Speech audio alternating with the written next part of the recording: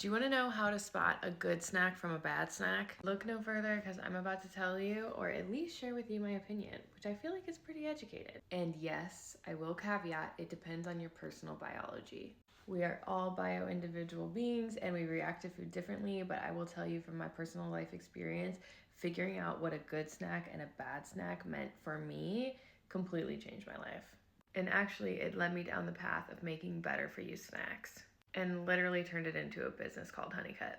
So here's the differences. Good snacks don't make you go feral. They don't answer your emotional call. They don't make you feel like you want to just keep digging to the bottom of the bag. They don't give you a headache. They don't make you want to take a nap. They don't immediately dissolve in your mouth. Bad snacks typically aren't balanced. They might have a very significant imbalance in one of the core ingredients or one of the core macronutrients, like a ton of sugar. They might not have enough fat or protein in order to keep you satiated. When you mindlessly consume bad snacks, your body never gets a chance to rest, recover, take into account all of the good things that you're feeding it. Bad snacks have an ulterior motive, which is to keep you consuming constantly. And here's the thing about bad snacks. When your body gets so used to eating a certain way, you lose the biofeedback to really be able to understand what that snack is doing to your body and how it's making you feel. Like, you might live in a consistent state of feeling tired or bored or frustrated or even irritable because of the reactions of the things that you're having going on in your body, and you might not even make the connection to food. One of the benefits about cleaning up your diet, at least doing it like significantly at one point in your life, which is I went through this process, is you can see the immediate impact when you eat something bad. And again, if you're consistently eating a certain type of way, your body kind of blinds you to that biofeedback, which makes it really difficult to parse out how you could potentially improve your diet or anything else in your life. A bad snack is a snack that makes you eat more than you would even consume in a whole meal. That's a pretty good way to put it, actually.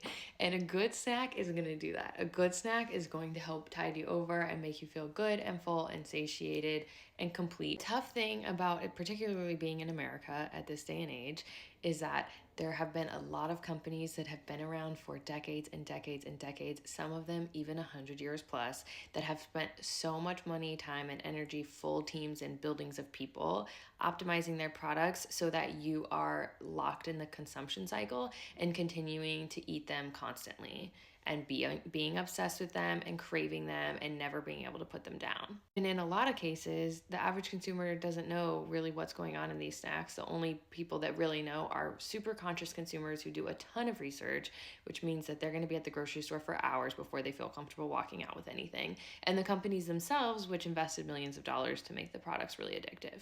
So if you're trying to figure out what a good snack and a bad snack means to you, don't just think about the taste, the immediate feedback that you're getting on your tongue. Think about what ingredients went into it, what company produced it, what was the process of producing. If you have the time and the energy, flip that label over, take a look at the macronutrients, see if you can find something that's balanced, see if you can understand the ingredients generally that are on the label and how big that label is. And here's the cool and empowering part of it. We all have free will and we all have the choice at any given point in time to reset our bodies and listen to the feedback that we're getting. That means we have the power and the luxury to choose between good and bad at any point in time, as well as what goes into our bodies. Anyway, that was the whole thesis in Honeycut, and I will just leave on this note. This is on the side of every one of our packages, on all of the boxes. Your body is amazing. Treat it with respect. And when you start really incorporating this and figuring out what amazing feels like for you and what respect feels like for your body, your life could very materially change. It did with mine. In many ways, the quality of your life starts with what you consume.